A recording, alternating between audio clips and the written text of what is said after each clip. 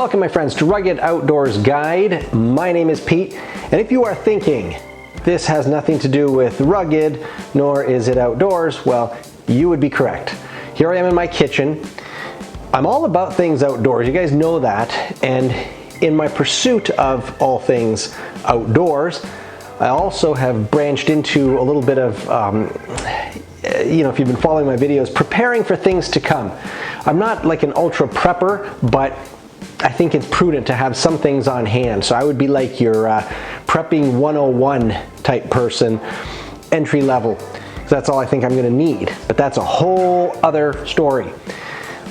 In addition to all this stuff outdoors, preparing, I also really care about health.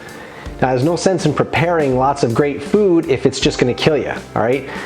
If you're gonna have like potato chips and Coca-Cola in your bug out shelter, it's not much of an existence, all right? I do care about my family's health, care about my own health, and to whatever degree I can, I care about your health. And so what I'm gonna do today is show you something that you can put in your prepping pantry. It'll last for years. Some people say it'll be a little less than that, maybe a year. Honestly, it's indefinite. And of course, what I'm talking about, as you already know, is something called fire cider.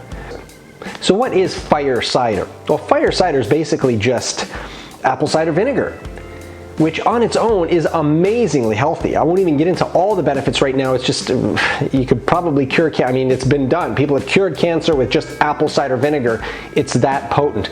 But it's much more interesting when you take anywhere from a couple to 24 different ingredients that all on their own have amazing health benefits of their own, like garlic and onions and oranges and lemons and things like that. And you infuse that with the apple cider vinegar. In other words, you just pour the vinegar into a jar that has all these ingredients and then let it sit for a couple of months. Or less or more, whatever. But then it has a very unique flavor, and man, is it ever good for you. It sucks all the amazing ingredients out of those foods that you already know are very good for you. So it's fun to make. Not everybody has the time to make it. Thankfully, we do right now. And so what I'm gonna do is I'm gonna show you what I put into mine, and I'm gonna start with vinegar that we have already made. Now, a lot of people, well, almost nobody has any time and energy to make their own apple cider vinegar. So you can go and buy, whatever. There's one of the famous brands is Bragg's apple cider vinegar. Keep in mind, you got to start off with vinegar that is 100% organic with the mother. All right, anything less than that is going to be ultra cheap. And like it'll be from Allen's apple juice or something like that, and it won't be in the health section of your grocery store. It'll be, in the condiment section beside the mustard, and it'll cost like, $2 a gallon kind of thing. That's not the stuff I'm talking about. It's not going to work very well with that. That cider doesn't have the health benefits of homemade organic apple cider or the, store-bought organic apple cider with the mother. So let's start with that. All right, I'm going to show you what I do on a fairly regular basis to make my own. Now, I mentioned we make our own apple cider vinegar. If you look behind me over there, I think we got a close-up of it, there is a section where we have in our kitchen where we make apple cider vinegar.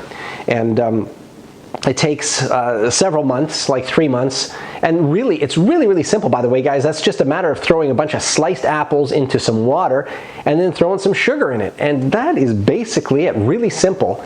But you just have to kind of let it ferment. So you have to have a way of the gases escaping.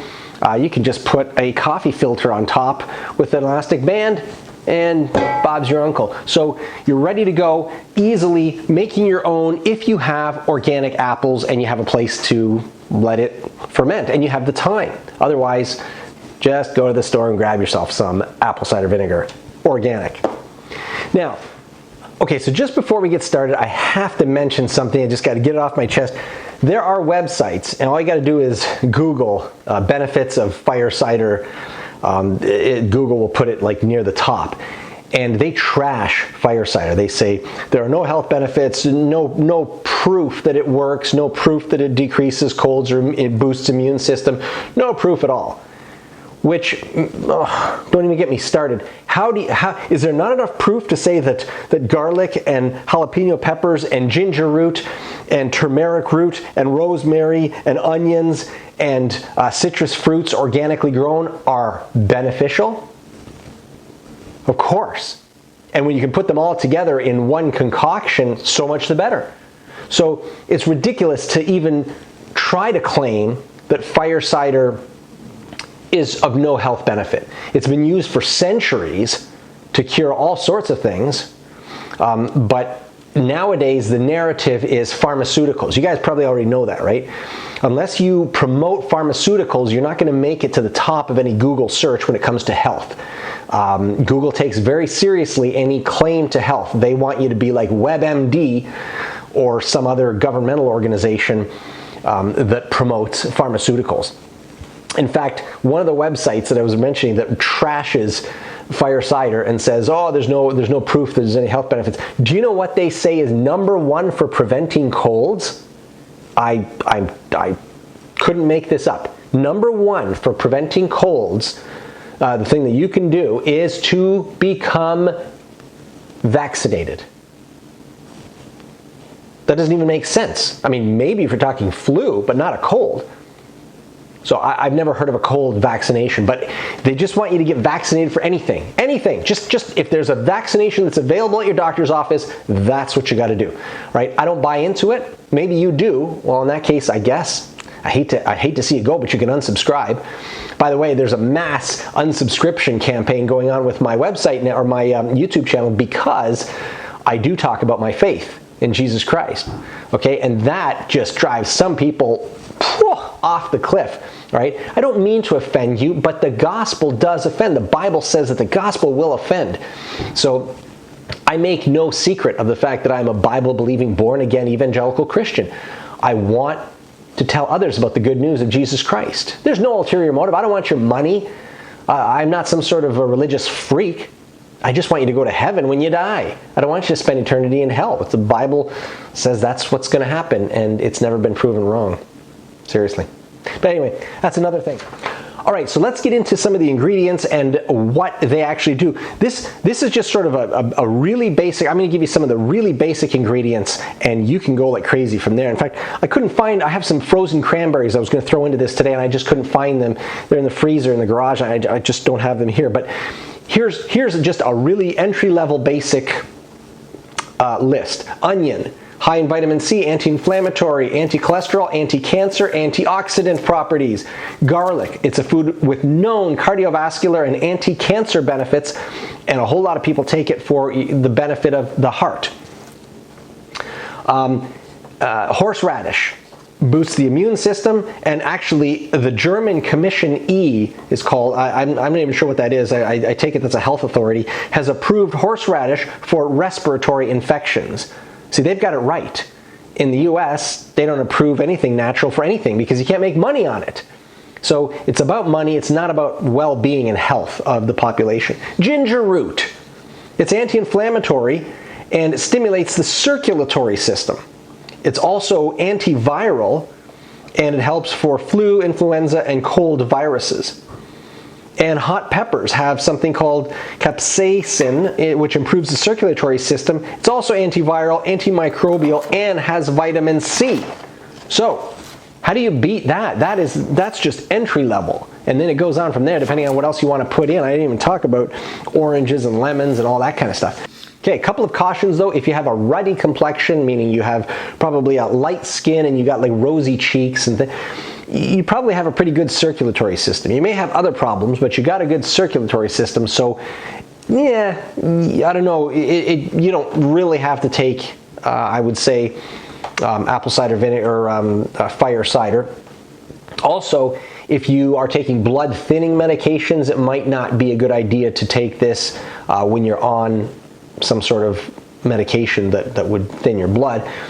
And if you have thyroid issues or if you're pregnant, there are things that you might want to maybe research as to whether or not you can take fire cider, but overall, if you're in a relatively decent condition, you don't have any major issues going on. I'm a diabetic, and this is actually beneficial for that from what I've read. So anyway, it's good for probably 99% of the people out there watching this video right now. Okay, so I want to go ahead and make this now, and what we're going to do is we're going to start off with the largest mason jar you can get. All right, it's something like 8 cups or something similar to that. All right, so we're going to start off with that, and I'm just going to dump all this stuff in. So I'm going to start off here. I've got onion, and there's no particular. So I'm not going to tell you amounts because you can do whatever you want, and you can even leave stuff out. But as a general rule, I would say 1 medium to large size onion, and let's see if I can get it in here without totally. Close enough. 1 medium to large size onion, and then I've got some cut up garlic, and garlic can be anything depending on the size of the cloves, right? I've used 3 like super ultra gigantic elephant garlic cloves, and so that is I think that's enough, but there's no rules. I've got a little dish full, I don't know how much you call this. It's like a good handful of slivers of horseradish root. Now you'll notice that I have cut these up into chunks, and most of the time I grate my ingredients because it's just more available. There's more, it's easier for the whole infusing process to take place. The reason I didn't do it this time is I just thought it's kind of messy. When you grate stuff up, there's slivers of everything everywhere, and it's juicy. It's a big juicy mess. So I'm going to try this time, just cutting it up. It's a couple of sprigs of rosemary here. Again, you can use dried or fresh, and that's sort of kind of fresh. Hot peppers. Kind of important. I used 2 jalapeno peppers, just kind of cut up really like in big chunks. I could have hacked it all up into little ones. Again, there's really no rules. I'm just giving you a basic outline of some of the ingredients. All right, I've got some ginger and turmeric root here. And let me just tell you, if you don't have experience with turmeric root, boy, let me just tell you, the orange is incredibly stainy. My fingers I looked like I was like an ultra chain smoker for like 10 days. Like it really stains your fingers. So you just got to be careful. This time I didn't grate it. I cut it up, and I was careful not to touch too much of it. So let's go ahead and load that up. Oh, so close. All right, and then finally I have lemons. Organic lemons and organic oranges. And again, some people don't include any citrus fruits at all. I kind of like that if I can get a hold of them. So, wow, this can take a while. Let me just see if I can dump it in here. Wow. So I didn't think this was going to like cover the whole entire thing or like fill up the whole jar. I kind of don't like when it's that full, because when it is, it displaces a lot of vinegar, and in the end you're left with, you know, less vinegar when you get rid of all this stuff. But it will shrink and get smaller and create space. By the way, just before I put the vinegar in, let me just show you this. I have over here an example of one that I have grated, and you can see it's kind of, it doesn't look that pretty, and there's a lot of slivers of things in here. So this one, you know, it looks a little prettier. Looks like you could stick it on your counter as a decoration, but don't. Okay, just before I go ahead and pour the vinegar in, I just want to say that the amount of vinegar you use is approximately half of a large mason jar, or I think if you buy Bragg's, it's something like 946 milliliters, almost a liter goes in here. So let's see how much this fills up here.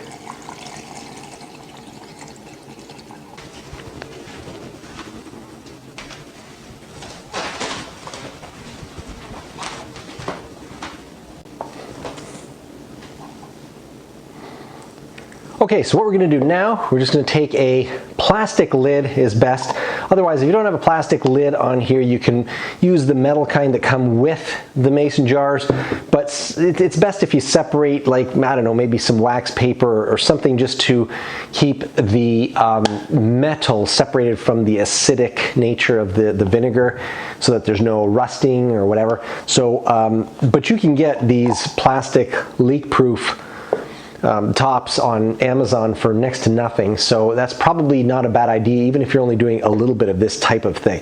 Not good for canning, but for anything other than canning, I would go for these. So I'm going to put that on. Okay, so then what you're going to do is you're going to store this for anywhere from as little as 2 weeks to as much as maybe 6 weeks, depending on, you know, just what kind of flavor you like and how much you want it to be infused. If you wait longer than that, sometimes some of the ingredients can get a little bit squishy and mushy and can actually start to kind of disintegrate, and it'll be hard for you to filter it out nicely. Which, by the way, when the time comes, there's different ways you can do that. You can probably put it into some cheesecloth and then just squeeze it with your hands. If you have some sort of a compression instrument like a press, like a mini cider press or something like that, we have a orange squeezer that doesn't really work great, but it does work for this, and we just wrap it up in some cheesecloth and put it through that. Anyway, yeah, there's different things you can do to filter it in the end. Every day, oh, by the way, you put it in somewhere preferably that it's dark-ish.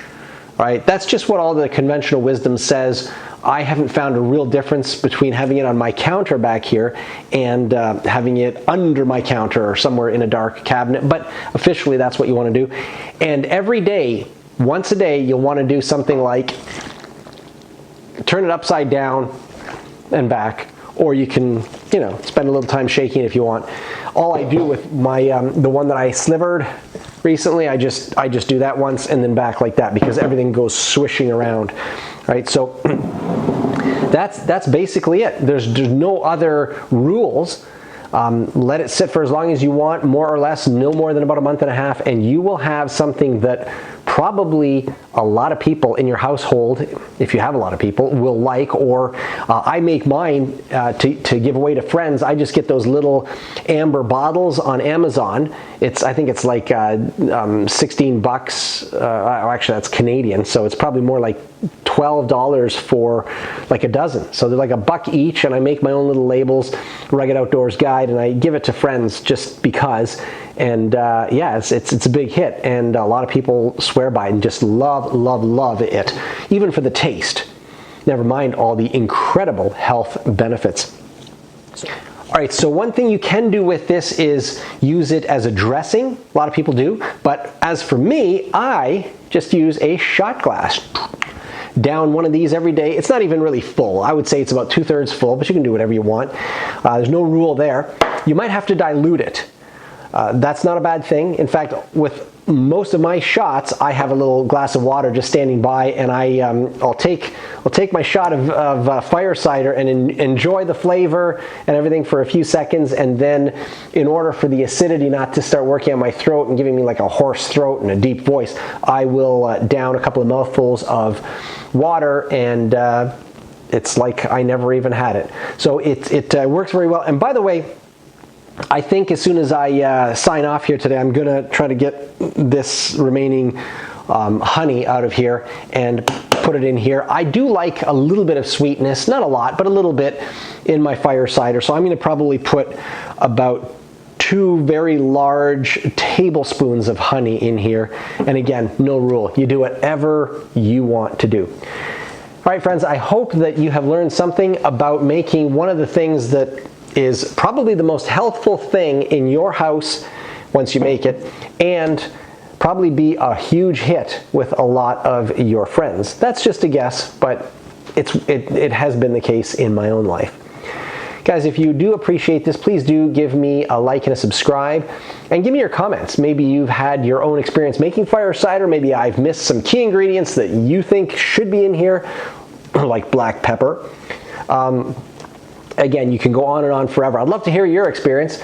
Please do give me your comments, and I hope to see you very soon, guys. I'm going to make another video in actually about 20 minutes from now. But I don't know when it's going to be online. I won't even tell you what it is. It's kind of fun. So guys, till the next time, get out there and do have fun in the kitchen preparing food for your health. Here's cheers to your health, and we will see you next time.